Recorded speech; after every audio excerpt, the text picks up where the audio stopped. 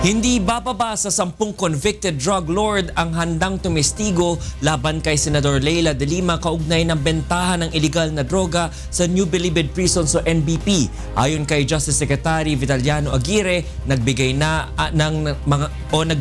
ng sinumpaang salaysay ang mga testigo na ihaharap sa pagdinig ng Kongreso sa susunod na linggo. Ito ang balita ni Roderick Mendoza.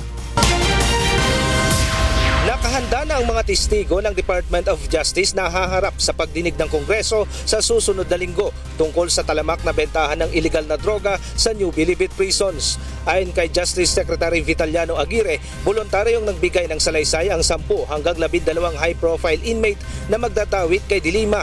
8 sa mga ito ang kasama sa tinaguriang Bilibid 19 na ipinalipat noon ni de Lima sa NBI Detention Cell. Kabilang dito sina Herbert Colanco ng Ozamis Robbery Group at si Noel Martinez na leader ng Genuine Ilocano Gang. Yung volunteerism ng kanilang affidavit ay very clear. Kapag sinulat nila sa sulat kamay nila, yung gist, yung summary ng kanilang affidavit. Bukod doon, yung mga pagsulat kamay nila at saka yung pagpirma ng affidavit, naka-video lahat yan. Ayon kay Aguirre, tiwala sila sa kredibilidad ng kanilang mga testigo dahil suportado rin ito ng mga dokumento. Isa umano sa isisiwalat ng mga drug lord ang pangungulekta ni de Lima ng pera sa kanila upang gamitin sa kampanya nitong nakarang halalan. Ang estilo umano, tinotokahan ang bawat leader ng gang sa Bilibid na magbenta ng 20 hanggang 30 kilo ng illegal na droga bawat buwan. Sila ay inatasan ni JB Sebastian na magsimulang maglikong, magbenta ng droga at yung napagbentahan yan, then kinukuha yung kontribusyon para daw sa political campaign fund ni Secretary de Lima.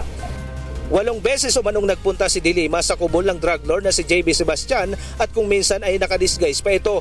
Bukod dito, nakahanda ring tumistigo ang 2 aktibong NBI agents na taga-deliver umano ng perang galing sa Bilibid sa bahay ng dating kalihim. Meron din akong testigo na palala na magsasalita na nag-deliver sila kay Secretary de Lima ng 5 million pesos per delivery at yan ay hinatid nila doon sa bahay ni Secretary de Lima sa Parañaque at yan ay nireceive ng personal ni de Lima at nandun din si Ronnie Dayan.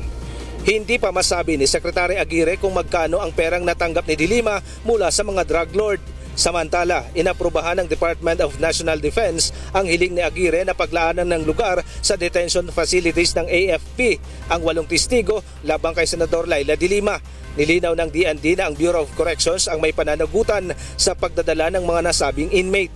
Ang Bucor din ang responsable sa transportation, logistics at resources sa paglilipat ng mga ito.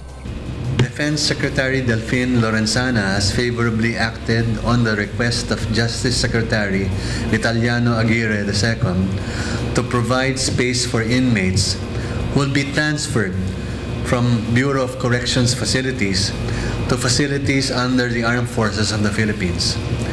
Bucor will be responsible for the transportation, logistics, and resources involved in the transfer of the inmates. Bucor personnel will have custody over them while they're in detention. Roderick Mendoza, UNTV News and Rescue, Manila.